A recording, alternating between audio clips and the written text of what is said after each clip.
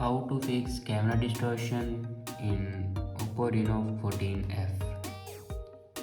So let's start the video. First of all, clean your camera lens with soft cloth or tissue. After cleaning your camera lens with soft cloth or tissue, then open settings. In settings, scroll down, click on apps. Now click on app management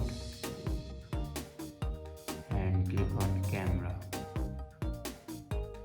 Now click on storage usage, and here you can clear the cache memory of camera. After clear cache memory, then go back and click on system and update. Click on software update. Here you can check your latest version will be updated or not. If it doesn't update to latest version, then update it to latest version. After update a latest version, then go back to your home screen and open camera.